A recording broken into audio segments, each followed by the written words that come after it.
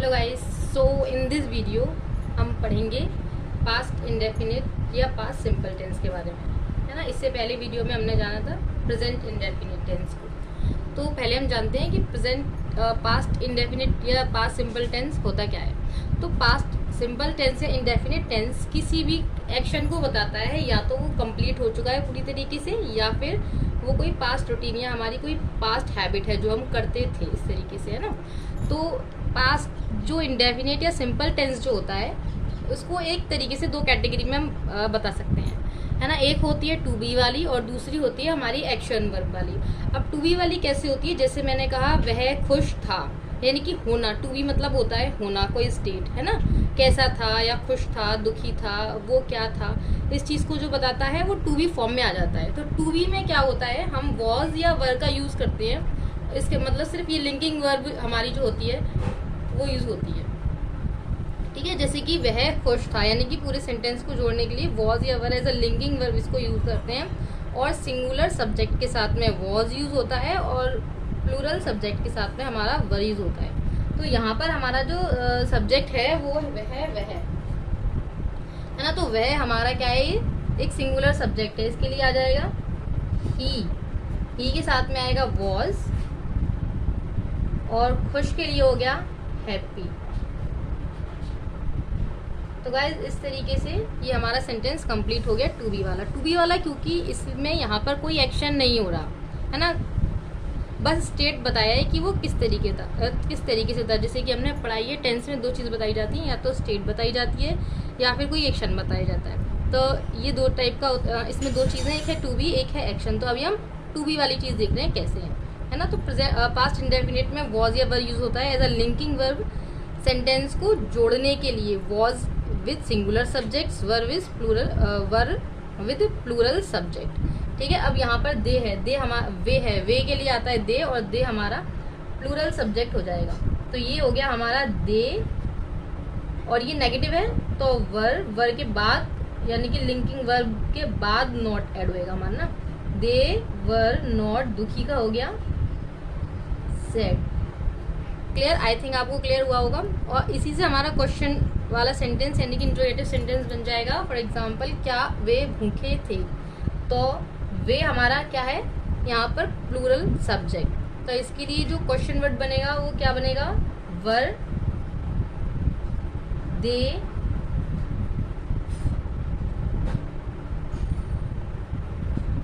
Hungry and question mark. Clear students. तो इसका मतलब क्या है कि ये अभी हमने वो सेंटेंस समझे जो टू बी वाले थे, जिसमें हम किसी की स्टेट बताते हैं कि वह खुश था, वे दुखी थे, वो भूखे थे, या कुछ भी एक्सेट्रा। हम और भी सेंटेंसेस ले सकते हैं, है ना। अब है एक्शन वर्ब, यानी कि जिसके अंदर कोई एक्शन, वो सेंटेंसेस पास्ट इंडेफिनिट टेंस के जिसके अंदर कोई एक्शन बताया जाता है कि सब्जेक्ट ने कोई एक्टिविटी की। फॉर एग्जाम्पल, या वह आगरा गया, है ना। तो क्या होता है, पहले एक्शन वर्ब को समझते हैं, पास्ट इंडेफिनिट के एक्शन वर्ब वाले टेंस को समझते हैं। इसमें क्या होता है, दो टाइप्स के आते हैं। एक तो वो बताते हैं जिसमें ये दिखाया जाता है कि जो सेंटेंस जो सब्जेक्ट है उसने कोई काम कंप्लीट कर लिया है। दूसरा हमारा ये हो गया, वो ये बताएगा कि वो जो काम था उसके डेली रूटीन में था, ठीक है।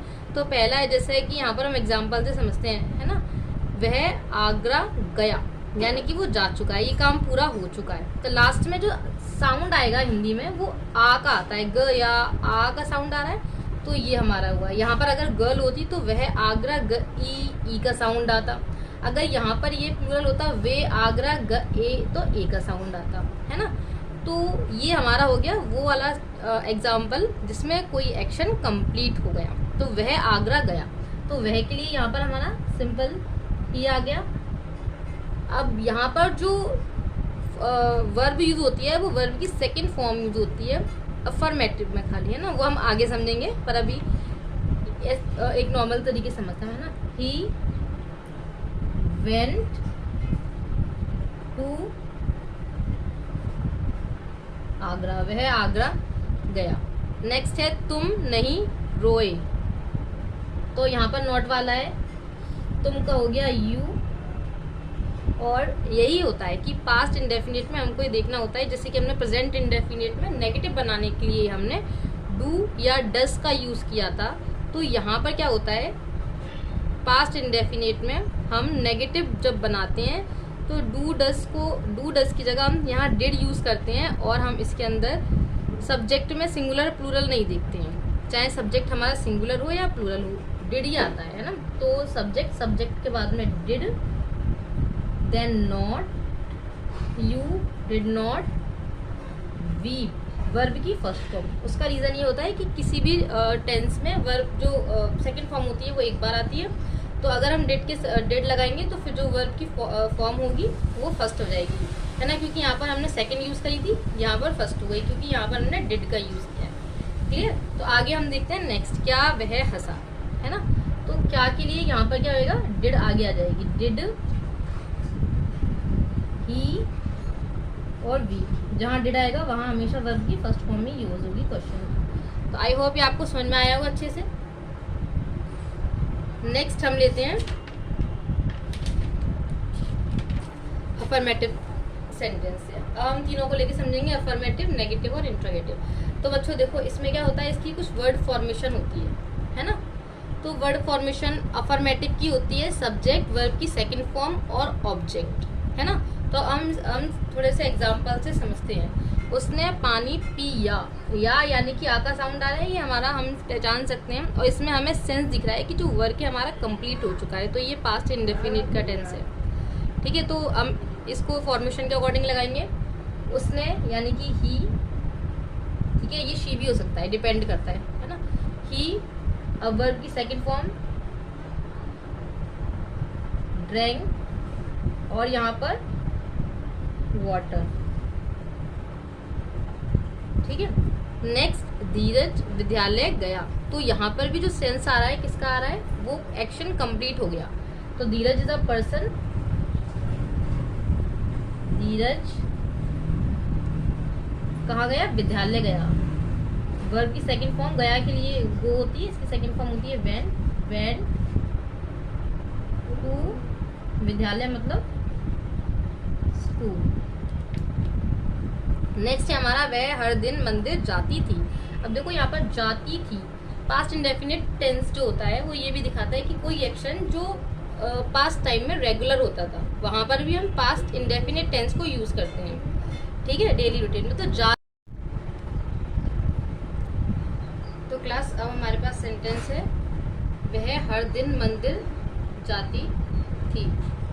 ठीक है, तो यहाँ पर क्या दिखा रहा है कि पास्ट का ये रेगुलर एक्शन है, वो एक काम डेली करती थी, तो ये जो एक्शन होता है ये भी हमारा पास्ट इंडेफिनिट टेंस में आता है। ठीक है। अब जैसे वह के लिए हमने यूज किया शी, है ना, शी। अब हम एक्शन वर्ड लेंगे, हमारा क्या है, वर्ब की second form, she went to the temple daily या एवरीडे, जो भी हम चाहें ऐड कर सकते हैं, है ना। She went to the temple daily. तो ये तो बच्चों हो गया हमारा अफर्मेटिव। अफर्मेटिव में ध्यान रखने वाली क्या बात है, सब्जेक्ट, वर्ब की सेकंड फॉर्म और ऑब्जेक्ट, इस चीज का हमें ध्यान रखना है। और पास्ट सिंपल की क्या पहचान है, वो काम जो कंप्लीटली हो गया, जहां पर आ ई ए का साइन आएगा, या फिर कोई रेगुलर एक्शन जो पास्ट में होता था, जहां पर ता थी ते थे का जैसे वर्ड्स आते हैं, तो आप इससे पहचान सकते हैं कि ये पास्ट टेंस है। ठीक है। अब यहीं पर हमारा क्या होता है, नेगेटिव सेंटेंस को हम कैसे रिकॉग्नाइज करेंगे, है ना। तो वो काम जो पास्ट में नहीं होता था, है ना, मतलब रेगुलर एक्शन से नहीं होता था या वो कंप्लीट नहीं हुआ, वो हमारा जाएगा नेगेटिव में। तो इसकी क्या होती है, सब्जेक्ट डिड प्लस नॉट, है ना, subject did plus not, verb की थर्ड फॉर्म और ऑब्जेक्ट, ये इसकी फॉर्मेशन होती है ना। तो अब यहाँ पर नोट करने वाली बात ये है, जो मैंने अभी आपको बताया था, जैसे कि हमने प्रेजेंट इंडेफिनिट टेंस में देखा था, ठीक है, उसमें नेगेटिव और इंट्रोगेटिव में जहाँ पर डू या डज का यूज था, जहाँ पर डू हम प्लूरल सब्जेक्ट्स के साथ यूज कर रहे थे और डज को हम सिंगुलर सब्जेक्ट्स के साथ यूज कर रहे थे। लेकिन पास्ट इंडेफिनिट में ऐसा कुछ भी नहीं है, सिर्फ यहाँ पर आपको डिड याद रखना है और कुछ भी नहीं।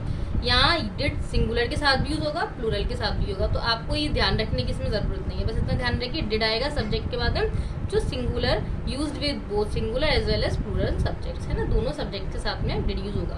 आफ्टर दैट हम नॉट यूज करेंगे, उसके बाद हमारी वर्ब की फर्स्ट फॉर्म ऑब्जेक्ट। तो हमेशा ध्यान रखने वाली बात है कि डिड के साथ में हमेशा वर्ब की फर्स्ट फॉर्म ही यूज होती है। और डिड का जो यूज होता है वो सिर्फ और सिर्फ इस बात को भी ध्यान रखना है कि पास्ट इंडेफिनिट के नेगेटिव और इंट्रोगेटिव टेंस में ही यूज होता है। इसके अलावा आपको डिड का कहीं यूज देखने को नहीं मिलेगा, ठीक है। जहाँ पर डिड आ जाए आप समझ जाना है past indefinite past simple tense ही है। क्लियर बच्चों? तो अब हम देखते हैं इसका एक एग्जांपल करके। उसने मेरे लिए खाना नहीं बनाया था, ठीक है। या से पता चला हमें, या था से कि उसने मतलब वो काम नहीं करा था। तो ही डिड नॉट, जो वर्ब की फॉर्म है वो फर्स्ट यूज होगी कुक फॉर मी। समझ में आया आपको? नेक्स्ट है आपका वह हर रोज अखबार नहीं पढ़ती थी। तो यहाँ पर जो एक्शन है वो कैसा है? रेगुलर एक्शन है और वो नहीं होता था। नहीं के बारे में बात कर रहे हैं यहाँ पर, है ना। तो ही, सॉरी लड़की है ना, शी डिड नॉट रीड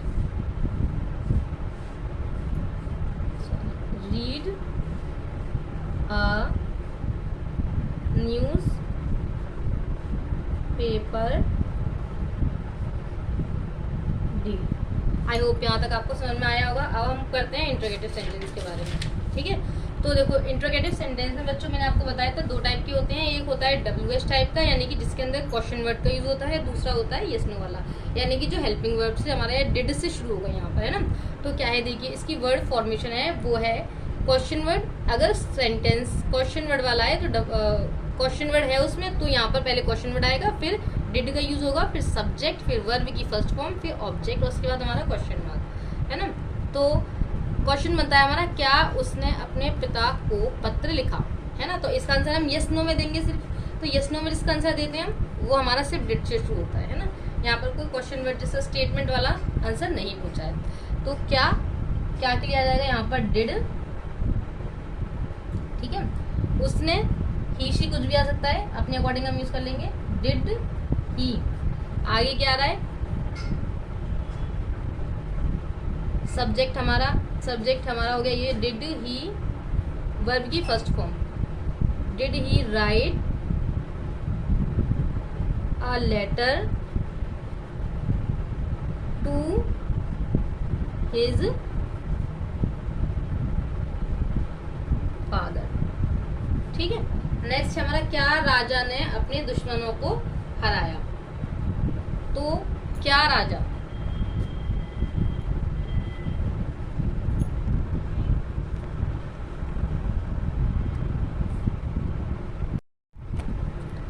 तो बच्चों अब देखिए नेक्स्ट सेंटेंस हमारा, क्या राजा ने अपने दुश्मनों को हराया, है ना। या यहाँ पर भी क्वेश्चन पूछा गया है जो पास्ट में कंप्लीट होना था, है ना।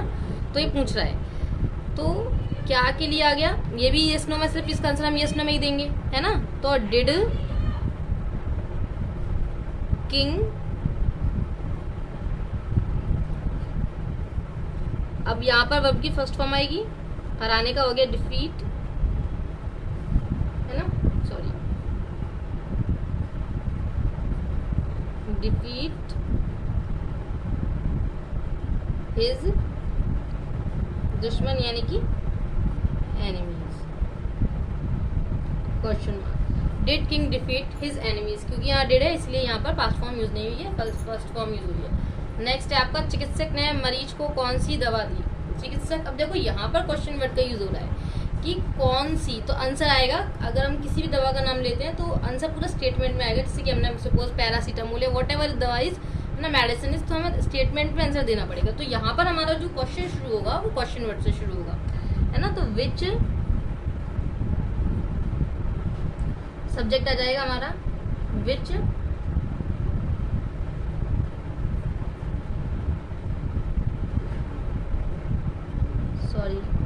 medicine, which medicine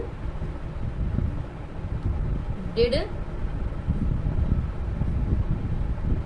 doctor give to the